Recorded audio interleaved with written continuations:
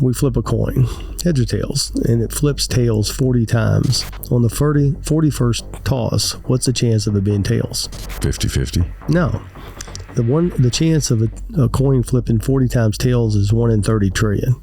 Won't happen. It's a rigged coin. You're fat, Tony, by the way. I'm Dr. Bill. I'm supposed to say 50-50. But if you just run the sheer math on the things that had to happen exactly after 11 o'clock on that election day that happened, it's going to be 1 in 10 million.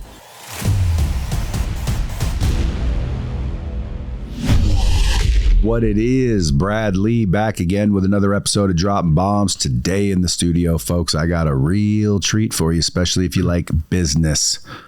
John Schnatter in the house. Papa John, better known as Papa John. Mm-hmm. Hey, Brad. How you doing? Thanks for coming in.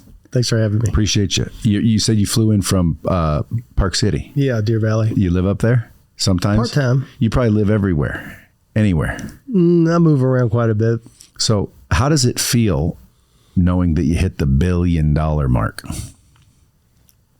I think whatever the number is, at the end of the day, that doesn't make you really happy. Doesn't? Sounds like it'd make me happy. Why don't you shift it on my way and let me run with it for a year. See how happy I am. I'll pass on that. No, it's like, good skin or good hair or, good personality or good teeth. It's just an asset. It doesn't really make you. Yeah. It's just an asset that, you got to have money to, for just a biological and sustainability lifestyle. You got to have finances and money just to survive, but it's not going to make you happy, and it's not going to give you joy. The joy you have with your 7 kids is a different joy and a happiness that you're going to have by, flying in a private jet. Yeah. Well, when people get old and start to die, they're not worried about their money and their private jets. They're usually worried about their kids and their family and their relationships. Yeah. So I always say relationships are really the source of, because everyone's after money. Yeah. And I say, well, listen, you get more money by getting more relationships, because relationships produce money. That's where money comes from, really, relationships. Would you agree? I think relationships do provide for a lot of joy and happiness, especially and most importantly, if you have a good relationship with yourself. You can't have mutual respect if you don't have self-respect, and you can't have self-respect if you're not solid with yourself, if you're not operating with integrity and goodness and kindness and living your life on natural principles. But Nicholas Taleb, the Black Swan guy, says if you don't want any problems, don't have any friends, which I think is kind of interesting. But, at the end of the day, the right friends with the right problems, even though they have problems, are still the way to go. So where'd you grow up? I grew up in Louisville, Kentucky, but really Jeffersonville, Indiana, across the river. And what was your first success? Papa John's? Well, no, the first success was really Mixed Lounge, but I got to track that back. I cut grass when I was 8 years old, 10 years old with my grandfather's mower, and we made good money doing that. And we painted gutters when I was 10 to 12. And like you, I got in the solar heating business back in the 70s when it was, not even really, it was kind of in its infancy, incubation. We went bankrupt in that business. Had a wine business. My dad had 9 businesses, and all 9 of them went bankrupt. And my grandfather had 3, and they all were successful. So I got to watch what it felt like to fail, which I don't know if you've had any struggles in business, but you get your learning from your burning in business. And then I got to watch my grandfather have success in everything he did. And so I didn't realize that was the training ground on intuitively what I wanted to do with my life. And my dad had a bar. It was going to bankruptcy, Mixed Lounge, $64,000 in debt, selling 50-cent beers. And within a week, I went, heck, I can do this. This is it was like the most natural, intuitive thing I'd ever done in my life.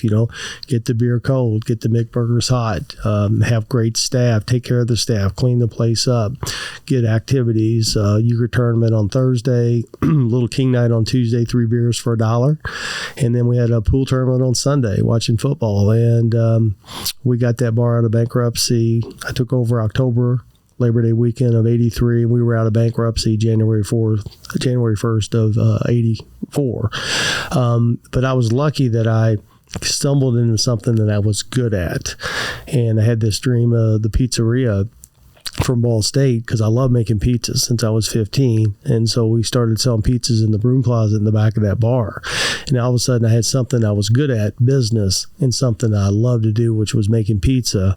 And we just grew it from there. $1,600. No kidding. Yeah. You know, my dad had a tavern, and he started making pizzas out of the back, and it became pretty successful for a while. Some guy came in, small town, drank a bunch, went and crashed on a motorcycle, sued my dad.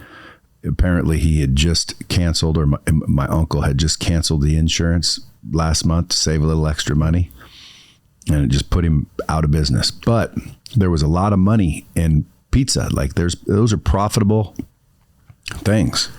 Yeah, but I think it gets back to what you're really, what you're God gifted at. What you really, some people clean teeth, some people are architects, some people are engineers, some people do podcasts. I mean, just find something you love to do and you're good at and work it to the bone. But those early days of cutting grass, painting gutters, let's take your hometown hero, Steve Wynn. I mean, his dad ran a bingo parlor, and then he's over at the Golden Nugget, trying to learn the business, and then he creates the Strip.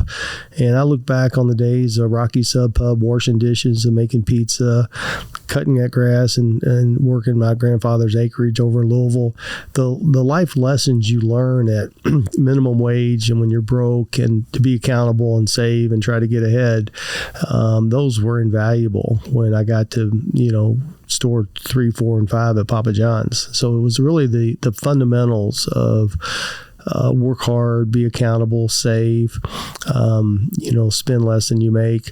Those things were, when I was 6, 7, 8 years old, instilled in me from my mom and my grandfather, that I think really helped us make Papa John's a big company. All big companies start out with one, Ford, Microsoft, Gates, Jobs, Apple. Lightspeed. There you go. And so all big companies at one time were small companies. And I think to really be successful, if you could just run a big company with the approach to product and people and service the way you did run a small company, I think you'd be even more successful. We used to talk about, we were America's largest independent. We were public. We had to play the Wall Street game and all that, but that's a simple game. You just under promise and over deliver. What they do is they have you, Wall Street has you chase your tail. They try to push your number up, and then you're chasing the number, and then you're forced to do little knee jerk things, not do things right with regards to product and people. And before you know it, you've got problems and you crash the stock. So we always played the Wall Street game, but we always were conservative in our projections. We always beat our projections, but we really ran Papa John's like a family business with regards to the employees, the people, the vendors, the suppliers, our communities, our franchisees, and same with regards to the product, the authenticity of the better ingredients, better pizza promise. How many eventually popped up? When I left, there was 5,200 restaurants. I think today they're at 5,500. Yeah. And you think, I thought the bigger you get, it would get easier. I just thought and scale does help. I mean, scale, you take the element of time out of the picture. When you're working for $10 an hour, the element of time, is in 60-minute increments. When you're doing $4 billion in sales and you divide that by 24 hours, the scale of the numbers get so big that, a tenth or 0.5% one way versus a positive way accumulates. And then if you do it the right way and you get on the right side of that, you can accumulate dollars to do really big things. But I left the company about 4 years ago, and the first thing they did when I left the company is they took out the principal leadership course we had. We called it Go Left. We ran the company on universal natural law principles, values, ethics, integrity, mutual respect, kindness, collaborative alliances, win-wins. That they took that out first day, And the second thing they did was they took out the measurement system. And if you don't measure it, they won't do it. So we had a system in place that measured how many times the phone rang, was the driver nice, how long did it take to get the pizza, what was the quality of the food, was it good? And if the folks in the store got that right, we bonused them. But they took out the principles of the organization, and they took out the measuring system, the matrix for measuring quality. That's the first two things that the corporate folks did. And since then, the deterioration of morale, they've lost all their good people. There's no institutional knowledge with regards to pizza in that company, and they've lost their product quality. I saw 2 days ago where it was ranked one of the worst foods for you in the whole spectrum. So they're now getting negative press because they're not walking the talk on the better ingredients, better pizza promise that we lived for 34 years while I was there. What do you think the key, other than what you just said, because obviously that's very important, but like as far as marketing, like how did you grow? And like, I know you used to see on commercials, and you had like, I think it was Elway, and like you did a lot of marketing. How much money did you spend a year marketing? Well, here's my marketing background. We're in the broom closet, and we're doing 3,000 a week. And I had the mindset, if I take care of my people, take care of my employees, and take care of my product, everything else will work. And so we blew out of the broom closet. We're bursting at the seams, and we go next door, a little location, 1,500 feet, and we put a sign on the door, and the business went up threefold to 9,000 a week. And I went, my God, if you put a sign on the front door, so I didn't know anything about marketing. I didn't understand. I just thought if you had the best pizza, you'd win. Remember, Domino's was fast. Caesar's was cheap. Pizza with their different crust and their smorgasbord of buffet was variety. And I said, okay, what if somebody just flanked these guys with a quality product? What if you had the quality product of an independent and you had the scale of a chain? It was real simple how we flanked them. But I just thought if you had the person with the best pizza wins. Little did I know there was a lot more to it than that. Would you guys all like make your own crust or like? Oh yeah. So you had your own recipes. Oh yeah. Because mozzarella is mozzarella. No. Really? No. Sauce is not sauce. No. Now you're getting personal. No. No. I worked at Gaddy's, worked at Domino's, worked at Rocky's. Knew a little bit about Crawl's Bakery in downtown Jeffersonville. Worked at Greek's Pizzeria. I just went around everywhere and stole the best ingredients. Were you already with Papa John's when you worked there? I can't tell you that. I used to spy on them. I used to come into Papa John's with the Domino's uniform on, trying to learn stuff from them. Yeah, I remember I worked at the Domino's in Clarksville. And I came back and I came in the back to go to work a shift at Papa John's. I had to get out of my Domino's uniform and get in the Papa John's uniform. And Denise saw me and just started laughing. Well, that'll prove that it's not just good pizza, because Domino's tastes like shit, basically, doesn't it? I mean, there's no pizza that tastes like shit. I like pizza. What are the Tino's or whatever? Throw it in the oven. So pizza's great no matter what it is, but there's way better pizza. Domino's was not a good pizza.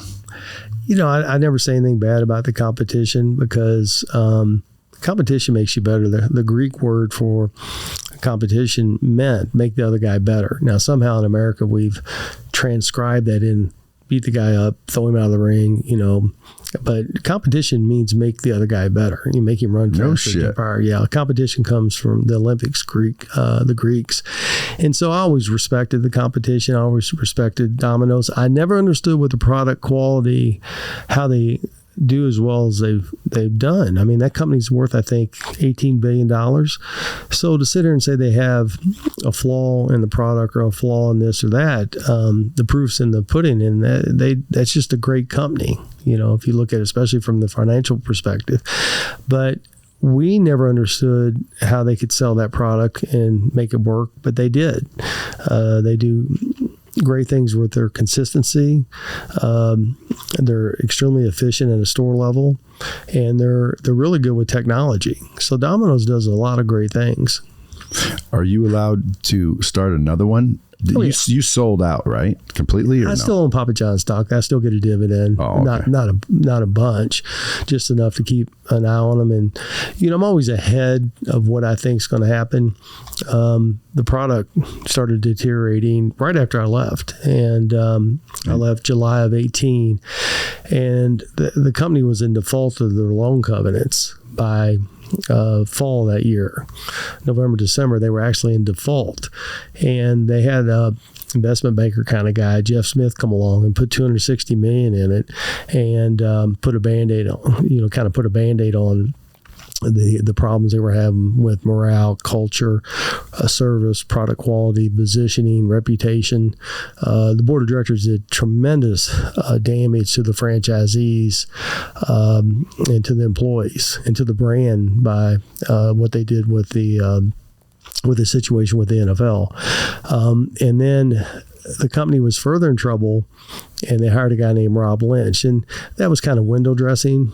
He was kind of a brand name. He was at Arby's, and he was kind of going to be the savior, and he really wasn't having a lot of success, and they were headed back down. And then COVID comes along, February of 2020, and now all of a sudden you've got everybody locked at home getting free money, entitlements, and kind of COVID kind of put a Band-Aid or put a smoke screen on how really bad the culture had become, the product come, the service, and they got away with it for 2 years.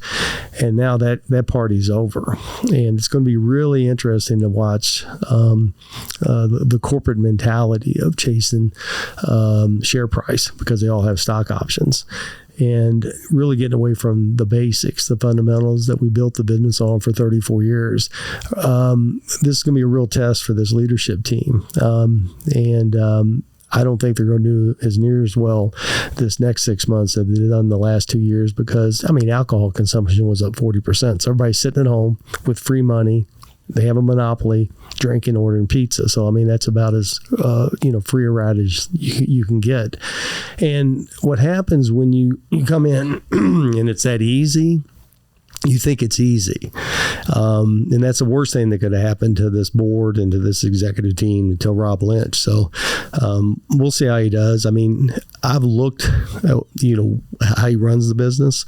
I've seen how they strayed away from everything that we did that made us successful. And the problem is not that he's incompetent.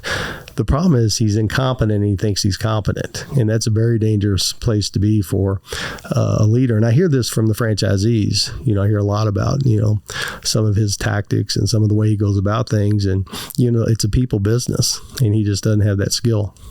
Do you think if they came, like stock plummeted and they came back and said, John, run this for us again, how long would it take you to fix it? Well, the reason I fought tooth and nail to stop what was happening was threefold. One is I didn't want the employees to get screwed, and they did. They laid off 500 families in Louisville. 500 executives, employees. So they destroyed 500 households. All the good people have left. The employees got hurt, and that's something I didn't want to happen. And I didn't want the franchisees to get hurt. And when you get away from your fundamentals, your basics, sooner or later, if you don't run your life on principles, sooner or later you're going to get yourself in trouble. And the franchisees now are in a bad way. Cheese at $2.25 a pound, meats are going up, fuel's going up, sales have kind of plateaued, the customer counts are negative, they can't get employees. So this is a real tough time for the franchisees and for the employees. And I wanted to I felt indebted to them, and I wanted to do everything I could to protect them, and I did, and I just couldn't save them. The third is, when they took that measurement system out, it's like gaining weight, getting out of shape. It doesn't happen in a week or a month, or it takes months and 6 months and a year, and before you know it, you're 30, 40 pounds overweight. And as the thing started deteriorating in 2018, I wanted to get back in before that deteriorated too far, because you form a habit in about 21 days. It gets to be a lifestyle in 44. 3 months, you're pretty well solidified in your behavior. And once the franchisees and at store level, they get in bad habits of bad product quality, cleanliness, image, it would take me with brute force, mental, emotional brute force, a year with my foot up their tail going, I don't want to hear about marketing. I don't want to hear about technology. I don't want to hear about how bad distribution is. We're going to fix, the product's going to be good and the service is going to be good. We're not going to talk about these other things. And so to go back in to your question and to fix the fundamentals is at least a year, maybe a year and a half out of my life, wearing these guys out, getting them back to the basics and the fundamentals that made this company great. I hear a little bit of an accent. Where would you say that's from? Louisville? Yeah, Louisville. That's how you say it, but throw it away. Louisville. You got it. Louisville, Kentucky. I just got a house in Nashville. You did good. I love Nashville. Yeah, my wife wants to, get out of this environment. We were driving down the road the other day, and my little 9-year-old asked me what a sex shop was. I look to my right, and there's a big old billboard. It's like, she's like, we got to get out of here. Well, I'm like, let's get a house and see if we like it. You been there? You near there or? Oh yeah, I'm 40 minutes in a helicopter from Nashville. Are you there a lot? I'm in Louisville maybe 30%, 40% of the time. I have residence in Florida. I have a house in Florida. What do you just Airbnb them when you're not there? No, the estate's in Kentucky. The estate's actually in Kentucky. The house is where I'm a resident is Naples, and then a condo in Utah. So I bounce around between those three places. But I think what your wife with 7 kids, I think what you're seeing is the hand to God argument versus the hand to man. And if you look at the the politics of the whole situation, people that are in big cities, they kind of think everything's concrete and steel and neon lights, the hand to man. They think the hand to man's going to fix everything.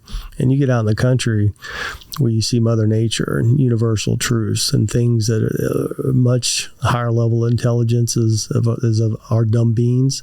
You kind of understand that there's more than steel and concrete and neon lights are, as the hand of God, which is a better way to go. Now, because I'm fascinated by money. My goal is to be a billionaire. When I was young, I wanted to be a millionaire. Then I became a millionaire, and I'm like, that's not what I thought it was. I think what people think a millionaire is when you're broke and blue collar like I was. My whole family was like, blue collar, hardworking, just no money. Good for them. Yeah. So I learned I just wanted to be a millionaire. But I assumed a millionaire was, living high on the hog, private jets, all that. Nobody knew. I didn't know that that's not the case. But I think billionaire is the new millionaire, meaning in that regard, billionaire is that's the hard one to get to now. You don't wake up ever and go, holy shit, I did it. Like, you couldn't have thought this was going to get this big, did you? Well, we had the company worth, I think, $3.5 billion. And I own a third of it, 31%. I found it hard to get from $1 billion to $2 billion. But I know a lot of folks that, they make hundreds of millions to make hundreds of millions or more. And that doesn't make any sense to me. I'm 60, so, I'm in the third quarter. And so I think I think money's a tool to do good things with and to enjoy, but I don't think it's the end all. What is the end all? I think the end all is, you run your mind doesn't run you. You run your life doesn't run you. You run your ego doesn't run you.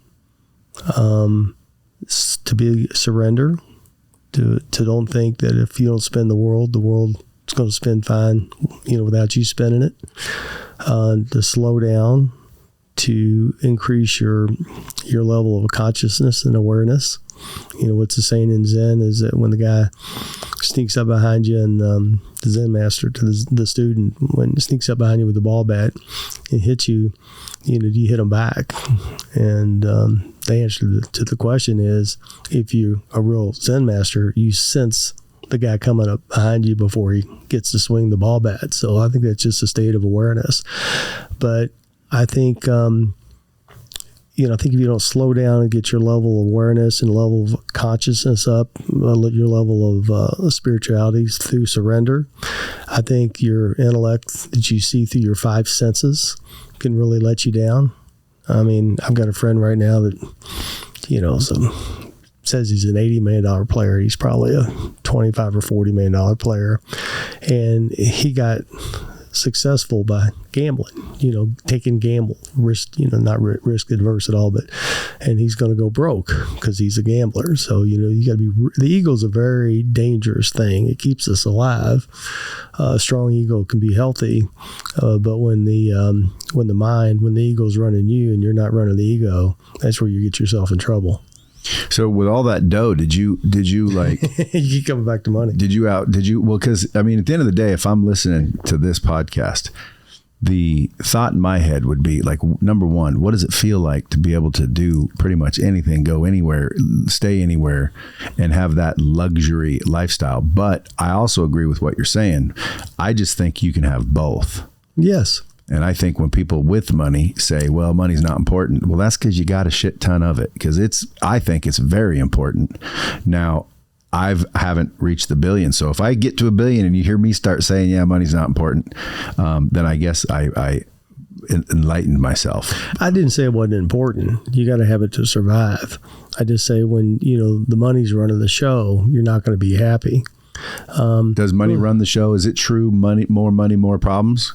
Because I always say that's bullshit. I think you have more money, you have less problems. Why? Because money solves problems. I think money's a tool. It's like a stationary bike or a yoga class or taking something educational. It's just a tool to do what you want to do with your life to get better. But let's say you have $100 million in the bank. You can go buy healthy, stable dividend stocks that pay 5%. So 100 million, that's $5 million a year. Okay. Say you can't live on 10 grand a week. So let's take it up to 200 million. That's 10 million a year. That's 20,000 a week. I mean, with 20,000 a week, you can have a private. So how much is enough? Once you cross 50 billion, unless you got a private jet, you're going to have all the houses and cars and college education for your kids you want, travel. 50 million at 5% is $2.5 million a year in income. That's 50 grand a week. That's good money. Again, I think I gave you the wrong number. 100 million is going to be $5 million a year, which is going to be 100 grand. Let's see. That's going to be 50. It's going to be 10,000 a week. Yeah. No, it's going to 20. 100 grand's $5 million a year divided by 50. It's going to be 100 grand. 100 grand. It's going to be roughly 400,000. It's going to be 20 grand a week or whatever it is. No, 100 grand a week. 52 weeks. Yeah. Yeah. 100 grand a week. Okay. 5.2. Okay. That's 14,000 a day. Surely God, you can live on 14,000 a day. So, surely. The billion's a nice number. But somewhere between 50 million and 300 million, you can't really spend it. That was going to be my next question. What's the difference between 100 million and $1 billion? Because I've heard a few people. There's a big difference. I've heard a few people. If you're looking at, it depends on if you want a new Gulfstream 650, it's 70 million.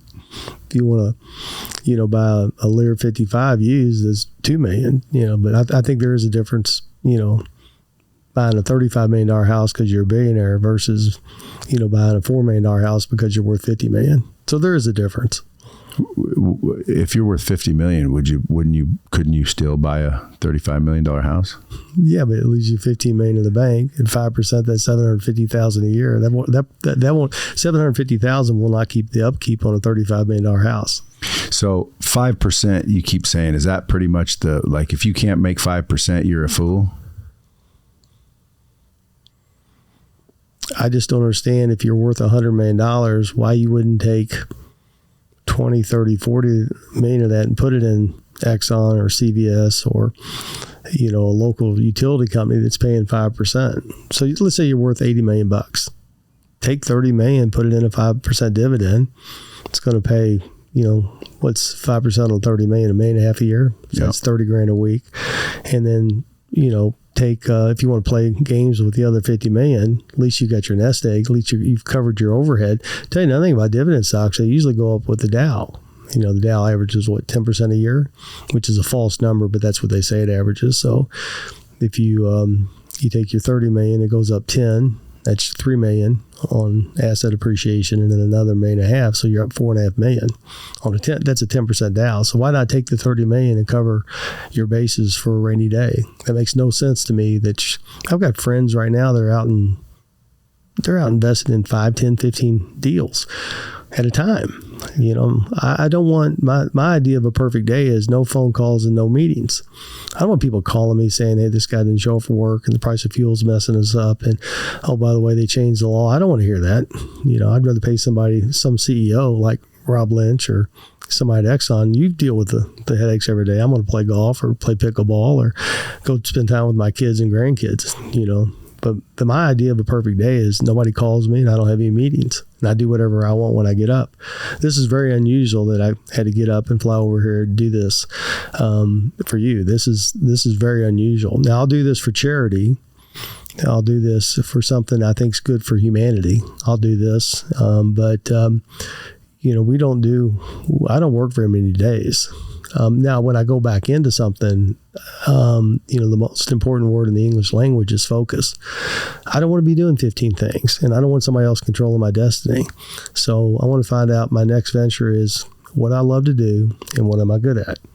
And the 4 criteria for the next deal is it's got to be in my soul. It's got to be authentic, high quality, original. It's got to have principles, values. 2, it's got to be good for humanity. To make hundreds of millions and not do something that's good for humanity, it's just nonsense. 3 is it's got to be sustainable. I don't want to be feeding the thing. I don't want to do reverse of what I'm doing with my dividends. I don't want to be writing a check every month to keep it afloat. And 4, it's got to be scalable. I like big stuff. I like 5,000 stores versus 5 stores. So that's my 4 criteria. The reason I haven't done anything else is I haven't come across anything that meets all 4 criteria. Are you looking? I'm an entrepreneur. I have 0 patience. So I have to be patient, but opportunistic. So yes, I'm being patient, but I'm being opportunistic. How much advice is there available once you, again, get in kind of an upper level, like CPAs, tax strategies? Like, how much more information comes to you when you all of a sudden got a shit ton of dough? Well, you're talking about IYs? Just like, usually the rich get richer. Like, I didn't even understand how depreciation worked until I started, getting a little money. Then I'm like, oh, damn, dude, I can pay less taxes. But, I would think at another level, there's even more secrets that you find out. More secrets. Yeah. Like, just the only secret I know is, the wisdom of the ancients. People that wake up every day and make this country great. The hard sciences, the hard studies, math, engineering, architecture. You read? Oh yeah. A lot? Yeah. What's the like top 3 books? I'm reading a book right now by Nicholas Taleb on skin in the game. I'm reading a book. Oh my gosh, the author escapes my mind. It's The Power of Now.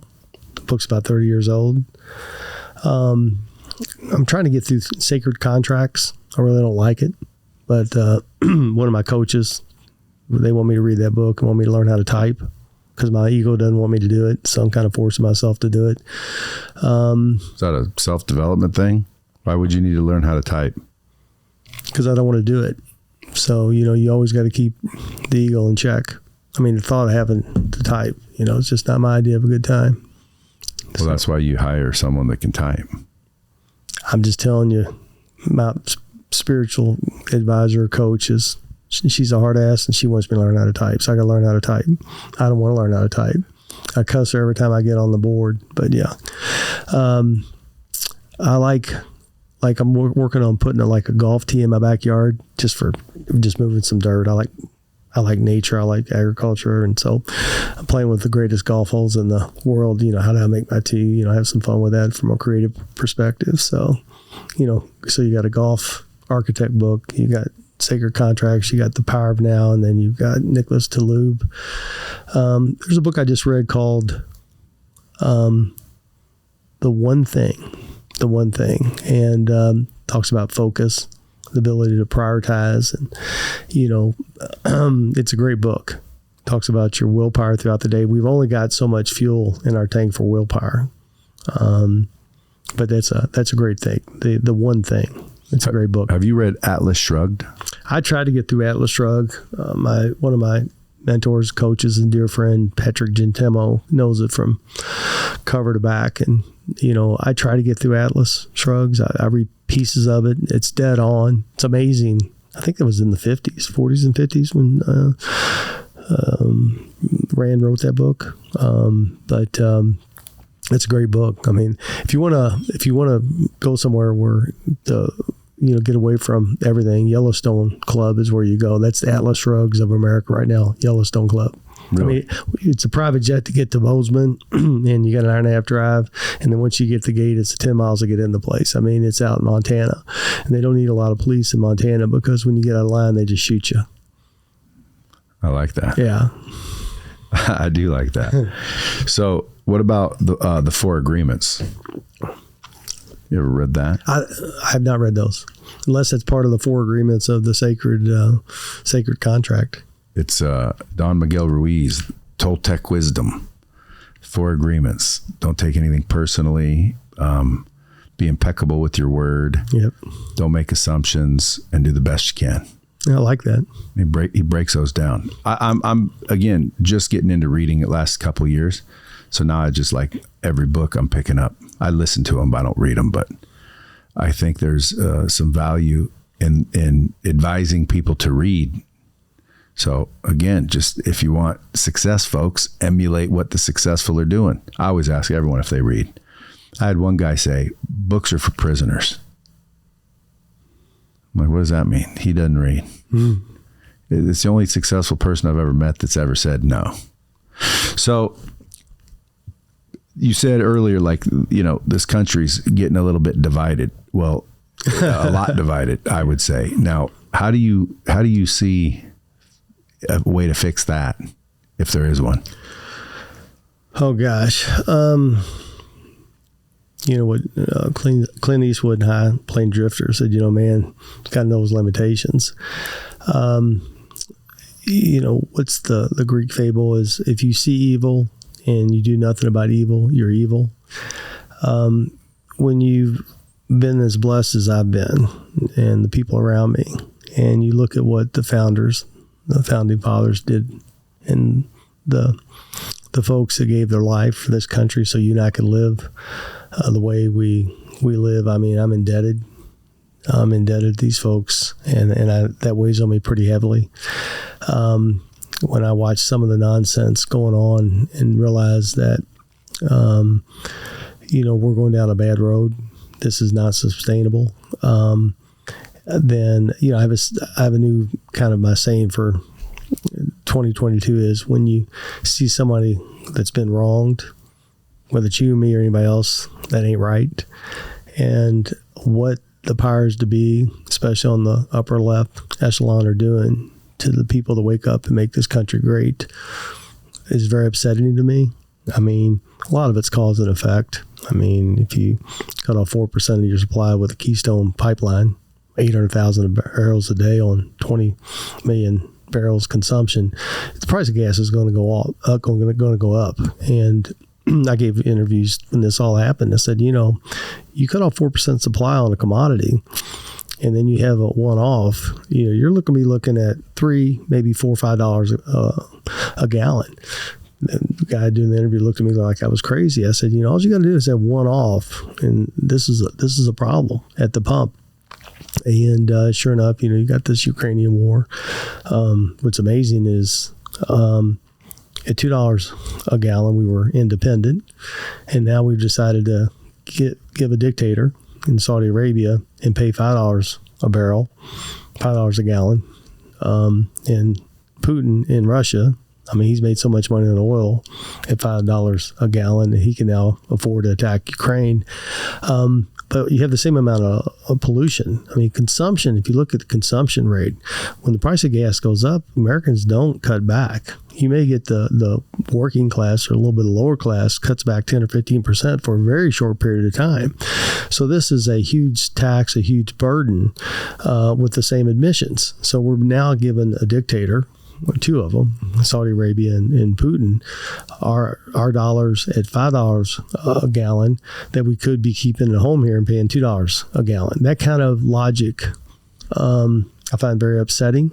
But then you're dealing with people with a very low level of consciousness and awareness. You combine that with the border. There's enough drugs that have come across this border this year to kill every single American in the country. And we're letting that border be open. That doesn't include the trafficking with kids, the rapes, the deaths. The 46 folks that got killed, God bless them, the night before last in that truck. And then they loaded up another truck I saw this morning, and, they just keep coming in. You look at Ukraine, you look at Afghanistan, you look at this reckless spending, these reckless spending policies, and all it does is hurt the average American. And that's just wrong. And so, I fight like hell. I go where I can go and make a difference. But you got to pick your battles because when you attack the elite left, they attack back, and they're vicious, they're venomous, and they have no regard for humanity, and that's a problem. Do you think they're doing it intentionally? Absolutely. Because you know how some people they're just stupid, right? They're just not that bright.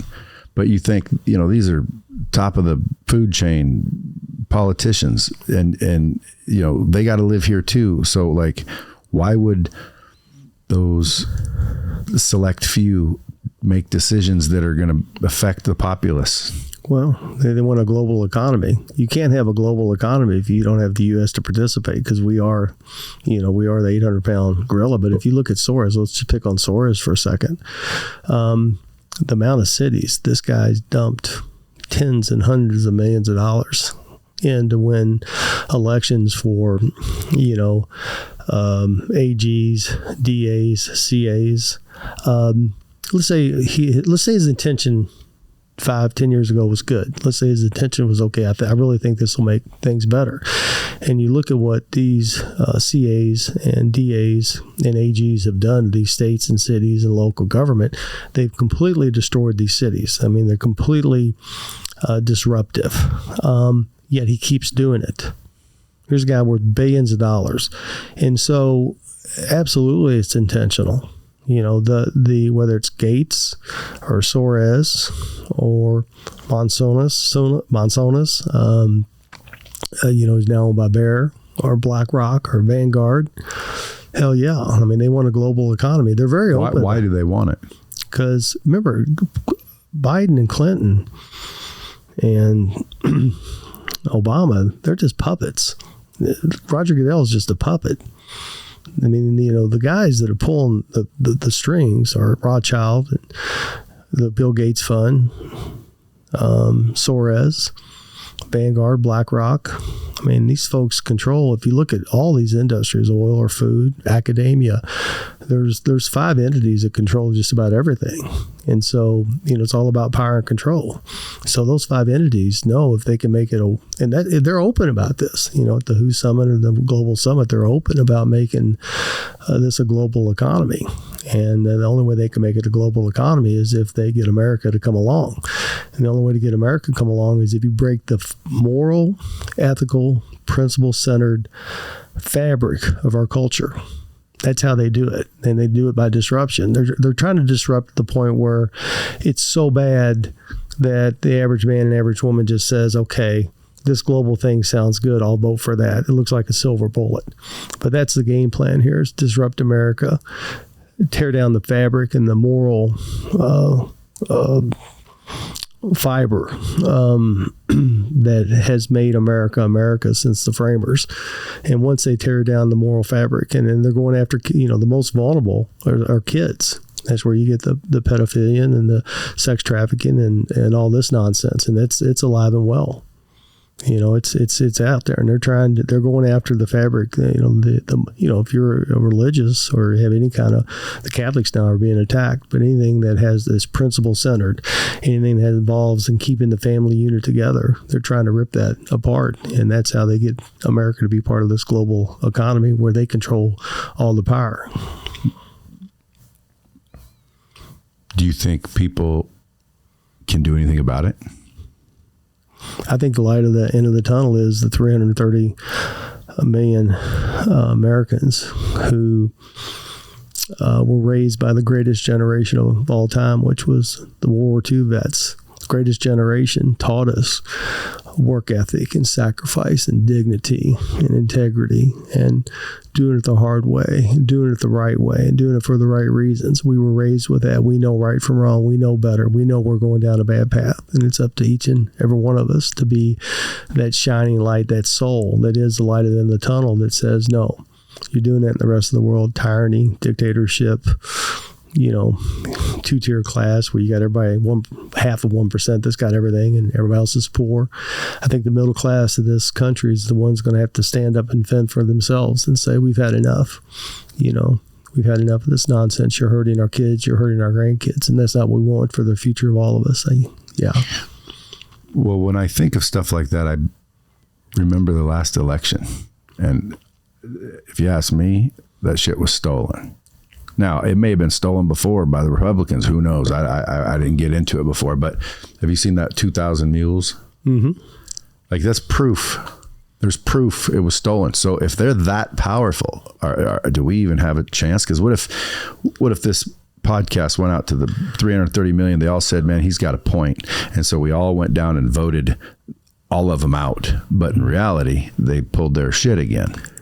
Yeah, I've studied that. I've got friends on both sides of that are highly intelligent. It's one of the few issues where I clearly got one acquaintance that I know pretty well that's worth $100 billion, and he's looking for the there that's there. He's not sure there is a there that's there. And then I've got some other folks that are street smart, just like guys like you that are sharp as a tack, and they say this thing was rigged to the hilt. They can show where the Dominican computers are easy to hack into and change the outcome. They can show people stuffing ballots at 2 or 3 in the morning. But what I try to do is I try to always dumb things down to make it real simple. At 11 o'clock, Trump had the election by pretty huge margin. And so for those 5 states to turn, there was probably 5 areas in 5 states that had to turn. Out of those 5 areas, there's probably 20 things. And out of those 20 areas, they had an 80-90% blue versus red. So if I were to ask you, we'll make me Dr. Bill and you're Fat Tony. You're the street smart guy. We flip a coin, heads or tails, and it flips tails 40 times. On the 41st toss, what's the chance of it being tails? 50-50. No. The chance of a coin flipping 40 times tails is 1 in 30 trillion. Won't happen. It's a rigged coin. You're Fat Tony, by the way. I'm Dr. Bill. I'm supposed to say 50-50. But if you just run the sheer math on the things that had to happen exactly after 11 o'clock on that election day that happened, it's going to be 1 in 10 million. Yeah. And that's how I would approach that argument. So there's folks that are passionate about this issue, and they're spending tens of millions of dollars to get to the bottom of it.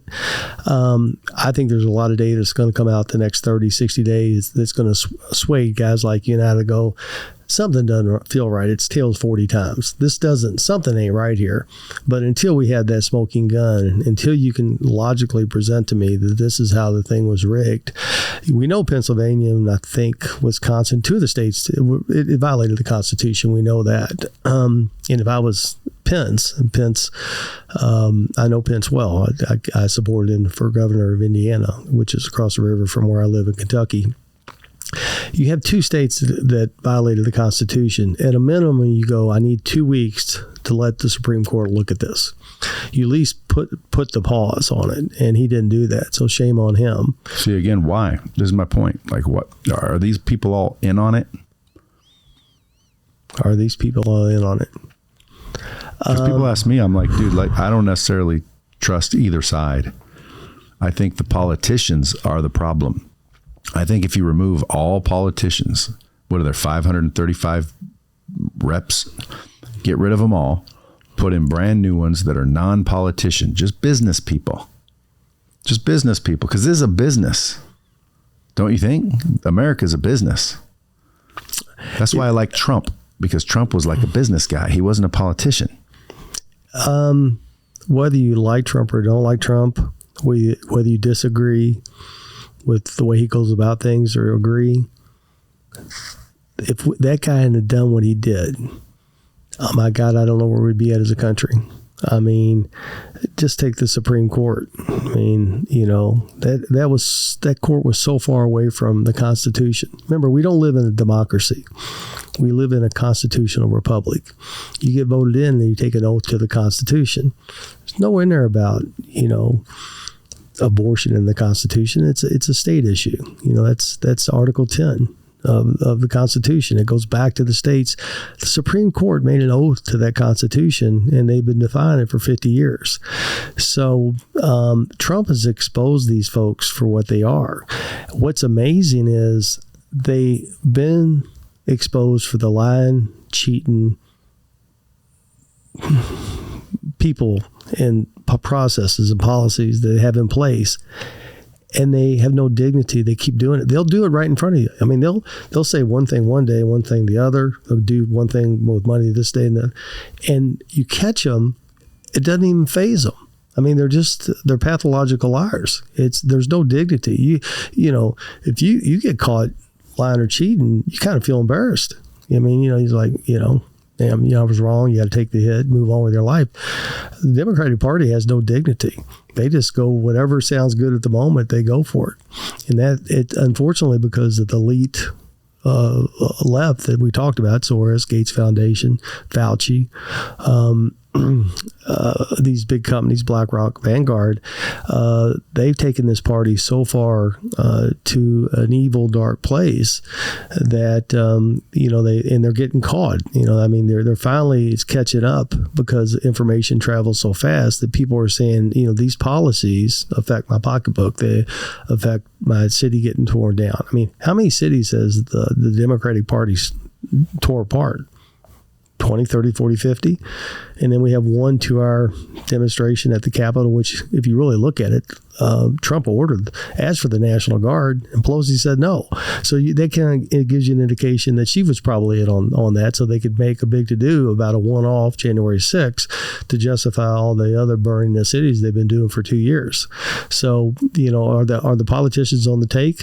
Yeah, Nancy Pelosi's worth $137 million. How do you get to be worth $137 million when you're in Congress for 40 years, making $180,000 a year? Mitch McConnell, my state senator, who's the second in command of the House, I mean, he's worth $30 million. By the way, his wife owns transportation companies for China.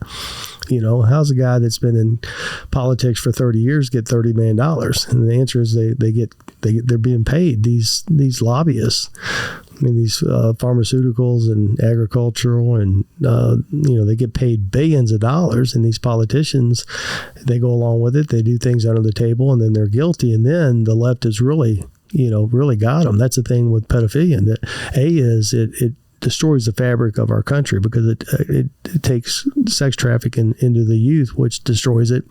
The other thing is when you look at Epstein and Clinton and some of these other folks with pedophilia, they get goods on these senators and these executives, and they hold them hostage. They blackmail them. And so, you know, once they've got them on tape, or once they've, you know, it's like the Illuminatis, you know, they have these orgies with these pool parties with the neighbors. Once they have that, then they, you know, the judges, academia, the CEOs, the politicians, they're out now, they have to sell their soul to the devil and go along with this nonsense because they get blackmailed. Dude, so and that's why I say, what do we do? What does the normal person do? I think you had to go back to David Hawkins' book on power versus force. When you do operate from a level of truthfulness and love and kindness and compassion and logic and enlightenment, one person can change literally tens of thousands of other folks. Buddha did it, Abraham, Muhammad, Christ. And so I think it's up to you. If you want to change the world, you change yourself. If you want the world to glow and have light and have love, then change yourself. And I think it's going to have to come from all of us. I do see a transformation in people's level of consciousness. I think that's on the rise. And I think when people raise their level of consciousness, they raise their level of awareness.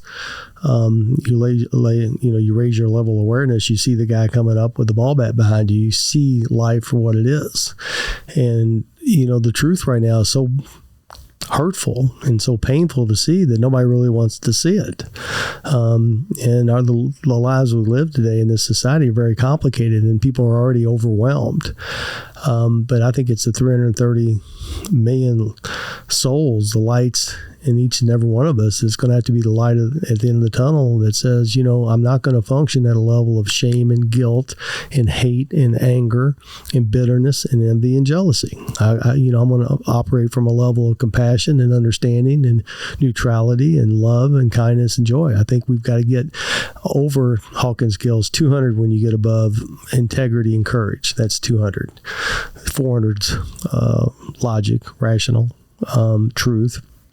Then you get into joy and love. But, 85% of the humanity functions below 200, courage and integrity. So that means, you only get 15% that are only dealing at a level of awareness that can even comprehend what the hell's going on. So we got to get all those folks up. I've got so many friends that are on the left, that are blue, that I love with all my heart. And you'll go over a simple logical argument on, hey, cause and effect. This arithmetic's not an opinion here. This is cause and effect.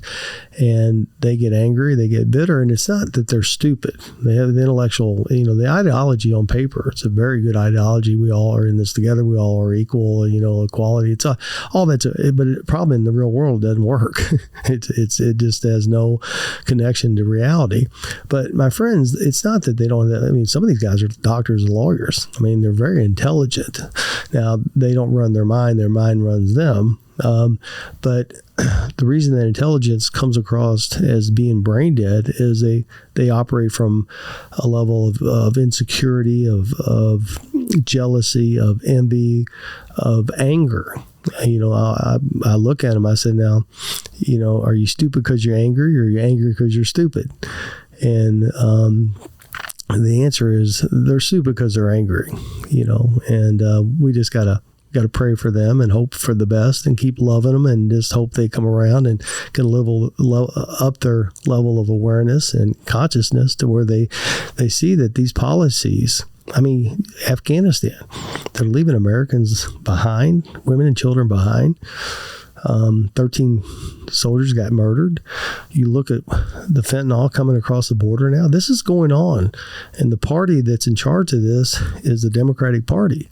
And the head of the Democratic Party is Gates and Soros and Fauci and all these folks that want to disrupt humanity. They want a global power. That's why they're letting this happen. The Keystone Pipeline, they cut it off in one day. Well, turn it back on in one day. Duh. This is not hard stuff. This is not rocket science stuff.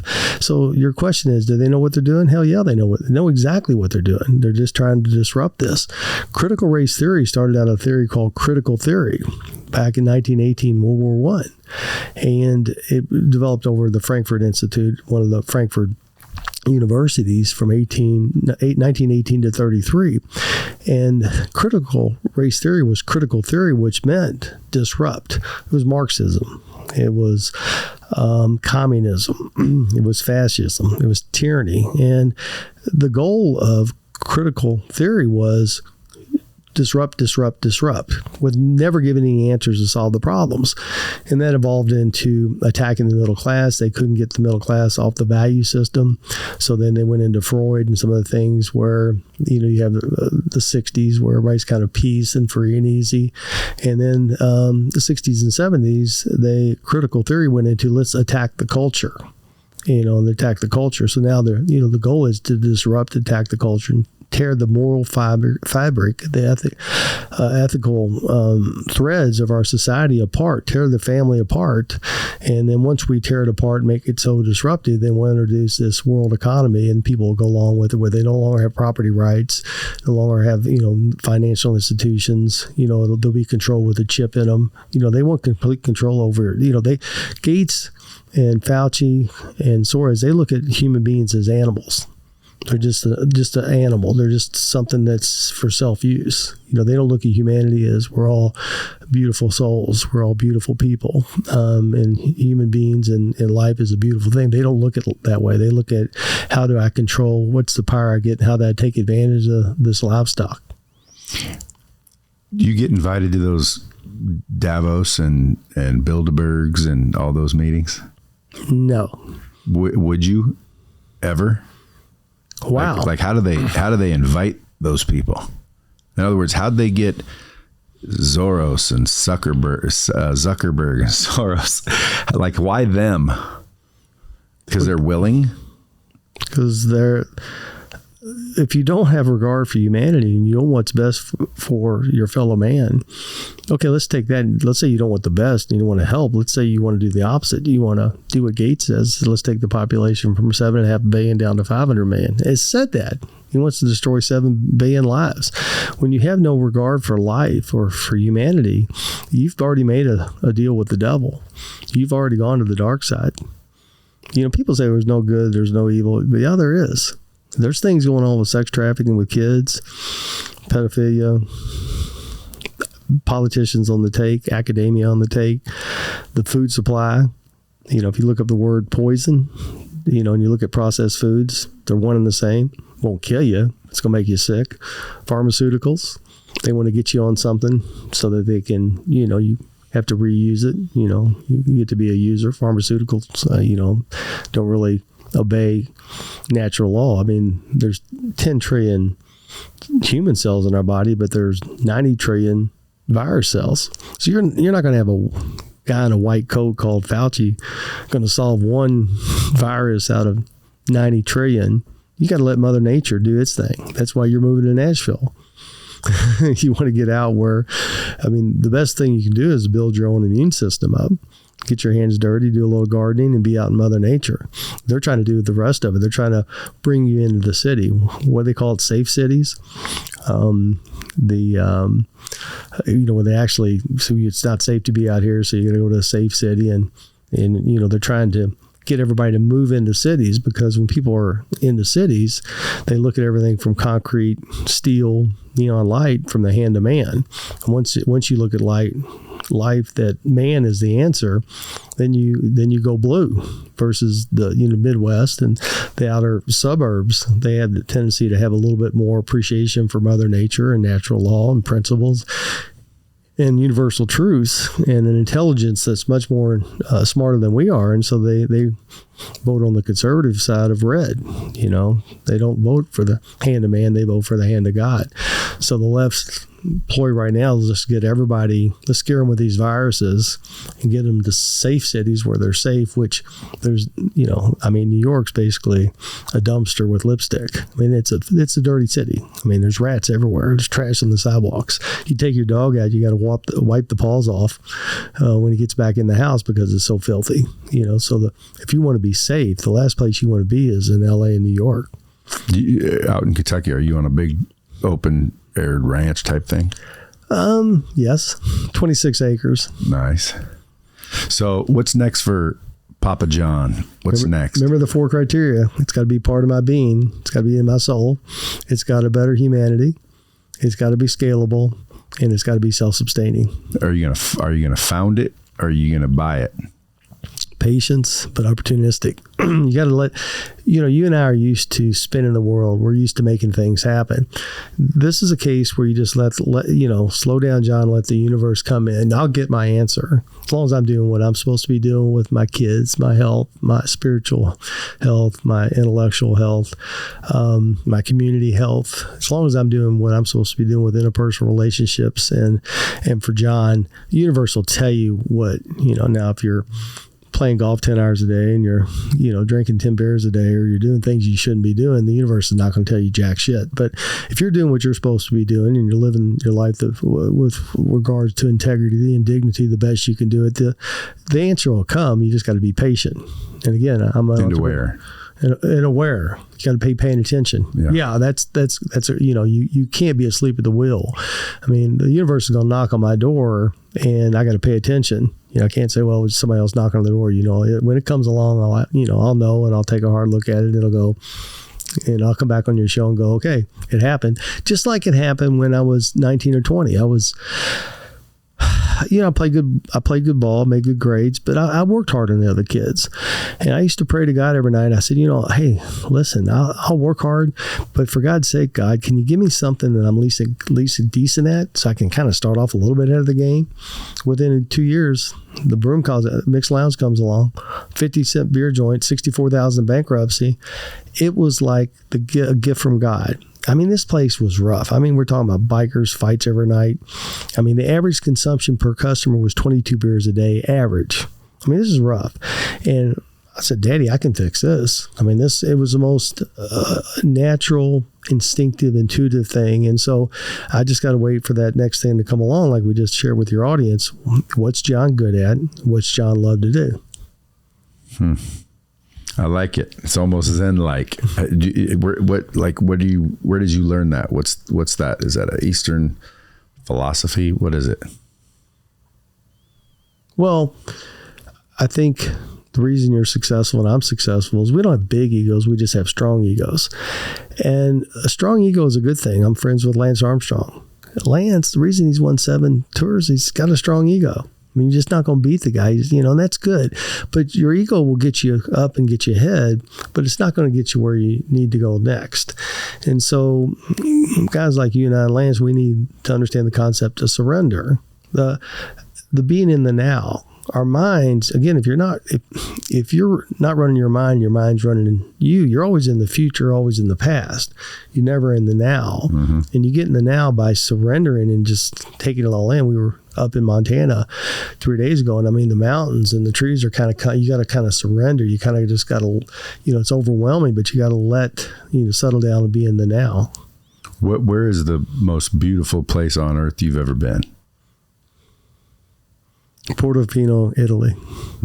But I like commerce too. I mean, it's carved out of the side of a mountain, but it also has shipping, has yachts, has boats, has... Do you have a yacht? No boats. I have a speedboat, but no big boats. Have you ever chartered any? Yeah. How is it out there? That's the way to go. Someone just said that the other day. That's the way. It's crazy. I mean, yachts are more than jets. Oh, I mean, well, just 10% of what a yacht costs is the upkeep. So if you have a $50 million yacht, that's going to be $5 million a year to keep it up with a crew, et cetera. So a $50 million yacht, you're going to be 160, 180 feet yacht. So you're going to have a crew of 12 or 14. So, $5 million a year in overhead. If you had $100 million in the bank on your 5% dividend we talked about earlier, you just wiped out. So a $50 million yacht wipes out a $100 million dividend portfolio. So I have friends that have yachts, but they spend double on their yachts a year than what I spend on everything else I have combined, including the jets, because my airplanes are paid for, my helicopter's paid for. But how many planes you got? One plane, one helicopter. I got 2 helicopters, but I'm getting ready to sell one. Does the jet have to get maintenance every year, where it's like stripped down to the frame and put back together? Every 6 years. Every 6 years. Every 6 years. This model, Falcon 2000, they X-ray it and take it down to the bone. And you don't obviously charter it when you're not using it, or you do? If it's like for medical use or for something charitable, I'll do that. But no. You don't. You keep it. We had a plane plane before last, and we chartered it. We flew the wings off of it. I haven't found, even if you charge $7,000 an hour, the wear and tear on the plane doesn't justify the $2,000 an hour profit. So I don't think chartering's a profitable business particularly. Well, and when you have enough, like, it doesn't really matter. Yeah. Yeah. Well, yeah, because I mean, like, it's like, if like I would buy a jet right now, I'd need to charter it when I'm not on it. Now, I eventually will say, no, nobody's using that. Just like I made the joke, you Airbnb your homes when you're not there. Like, there's people out there that I know that, they're doing pretty well. And when they're not in their home, they Airbnb it. Now, I think in my head, that's pretty smart. But then again, is it? Like, what if you rent it to the wrong person? Just to get a little money when you have enough to pay for it and not worry about it. Like my house in Nashville, it's not being rented out when I'm not there. I just prefer it be empty when I'm not there. Yeah, I think if you can afford to do all those things and not have to rent it out or not have to have somebody use your plane, that's the way to go. But I had a friend not too long ago ask, what's the difference when I was running Papa John's? And he said, what's the difference between now and when you were broke? And I thought for a second, it's, I still love making pizza. I still love business. I still love the employees. I love giving back to my community. I like to see my franchisees do well, my suppliers do well. I love giving raises, promotions. None of that changed, but I said, I get new equipment.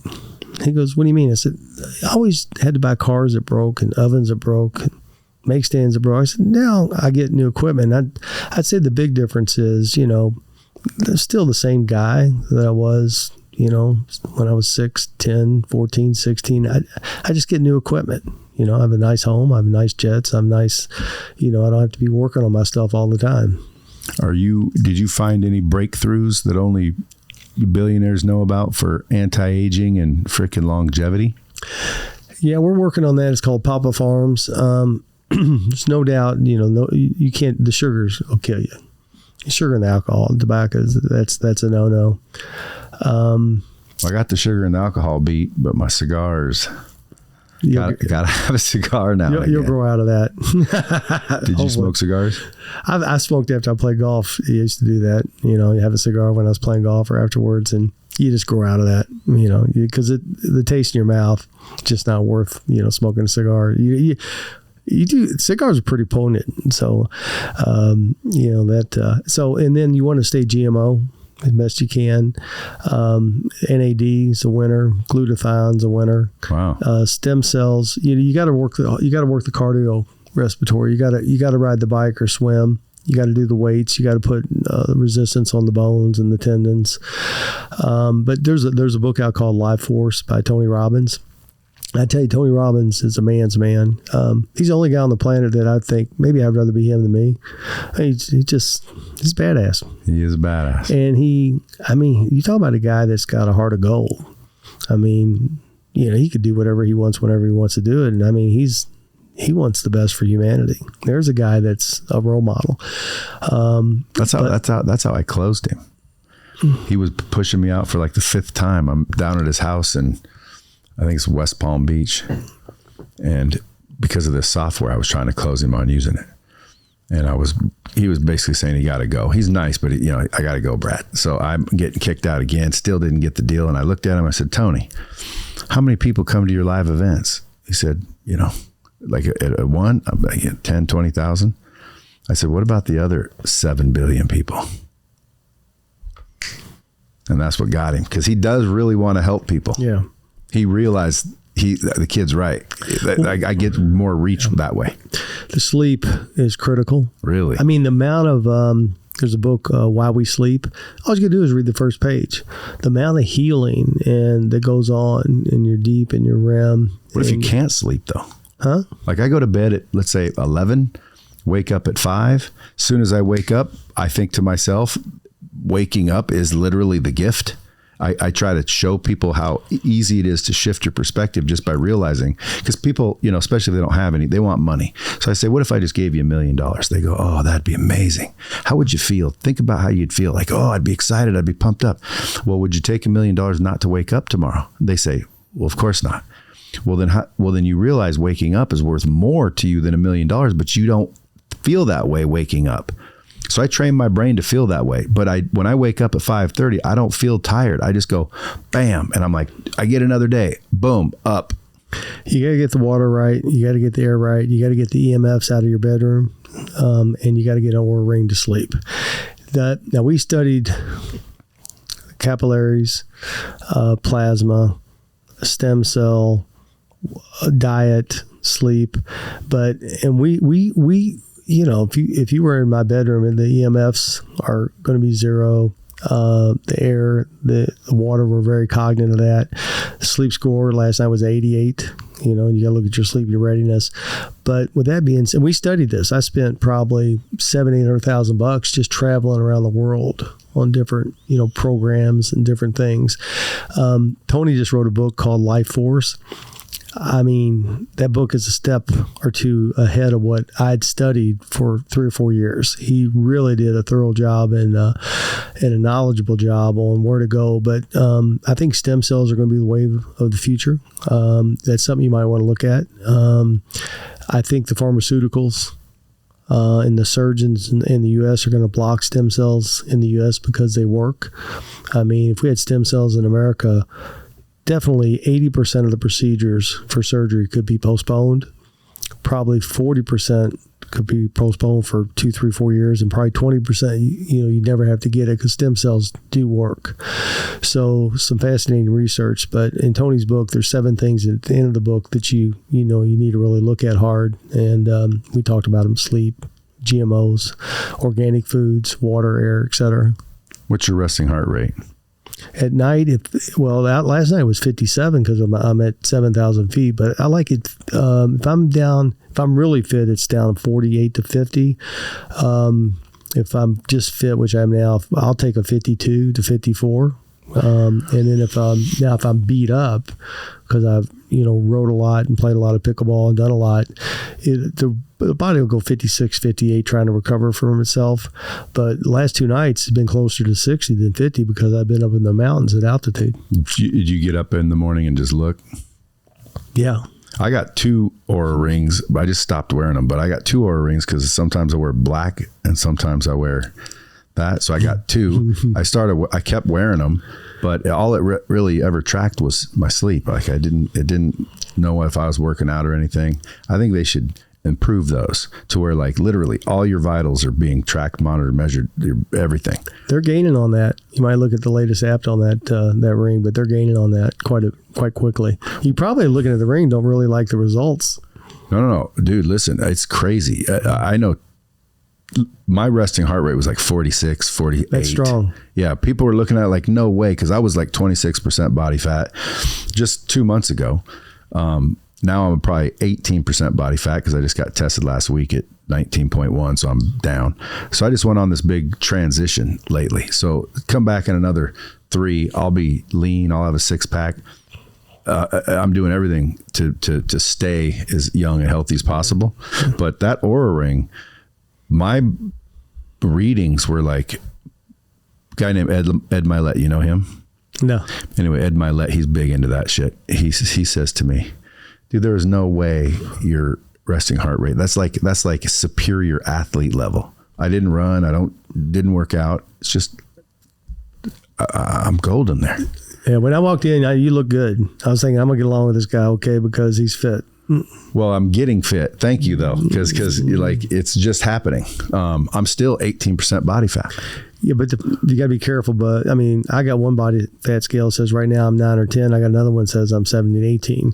So I don't really look at that. I look at how I look, and then I look at when I get on it, am I going the right direction with the body fat? So how heavy do you weigh the Oura results? I think the ring's dead on every day. So I'm gonna have to just put it back on. Yeah, I mean, I'll get. Last night I had 88 sleep with like a 70 readiness, and I made a commitment to myself because I'll run myself ragged. That if that readiness is not an 80, I'm not going to go. I'm just not going to do that to myself. That's probably why you canceled last time. No, I canceled. You woke up with a 74. Well, I would do this at a 64. Hey, I appreciate you coming. By the way, what made you show up here? What made you come? You said you don't normally do stuff like this. The PR folks that run it. You know, again, I don't mind doing something as long as I get a bang for my buck. And they said they liked your podcast. They liked the format, and they, you know, understood you were an entrepreneur and a businessman, and said, would you do it? So I think you got to look at Max and Mark Serrano. They're the ones that said that we really want you to do this, and we really want you to meet Brad. So they shipped me out here, and here I am. Wow, that's awesome. Well, I appreciate it. How can the Bomb Squad help you? Just having me and have me back. Had me back when we talked about some pretty deep things. And, you know, some of your audience is probably thinking that guy's crazy. Let's see what happens this next 6 months, this next 2 years. Let's see if we can't rein this in a little bit. I mean, the gun rights that just happened, the abortion rights just happened this week in New York. You can't vote unless you got a license. There's a lot of things that are happening to get us back to the fabric and the strength of our culture that are going on right now. A lot of people fighting this good fight. So I think we just, you know, keep fighting the best we can fight, and keep acting what's going to be in the best interest of our kids and grandkids, and hopefully move that thing the right way. Well, you can come back anytime you want. I'll change the name to Papa Bombs. If you want, Papa Bombs. If you want. I like dropping bombs. So, folks, you guys, and I didn't even mention your book. You got a book. I was going to say, do you have a book, The Story of Papa John's Pizza? Yeah. I mean, if you're an entrepreneur, and we give you brick by brick by brick how we did that. You know, you and I didn't get too much into positive attitude. You know, you got to have a positive attitude, man. You got to think you can do it.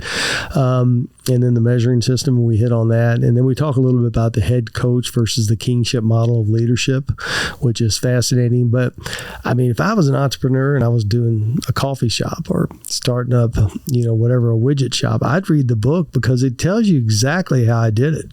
From $1,600 in a broom closet to $4 billion in system-wide sales. It's very methodical, very disciplined, and very easy to follow. It's hard to do, but, you know, so is, you know, waking up every day and staying fit. But that's what you have to do. You have to have that discipline. How long have you been doing that? I don't miss workouts. I have a high school baseball coach that we've been working out together forever, decades. And I'll bet you in 45 years, we haven't missed 10 workouts. We just don't miss. I don't miss the workout. Even when you're on vacation? If it's planned, but I probably work out too much on my vacation too.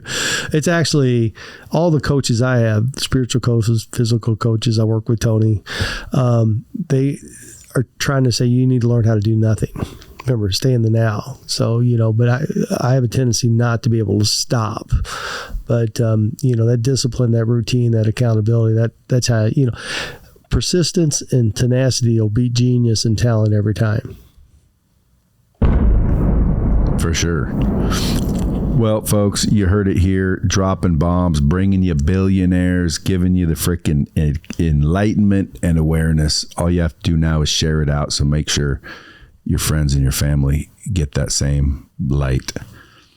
Anyway, I appreciate you coming in. Thanks for having me, man. I'll see you soon. My pleasure. And as always, kids, until next time, keep it real. So what if we were to lower our goals a little bit on a daily? Leave your big goals for a macro, lower them on a daily. Why do we want to do that? We want to do it so we start winning a lot. Because the more you win, the more you feel like winning, a winner, and the more you lose, the more you feel like a loser. So if you win a lot, you will feel like a winner. It's just the truth.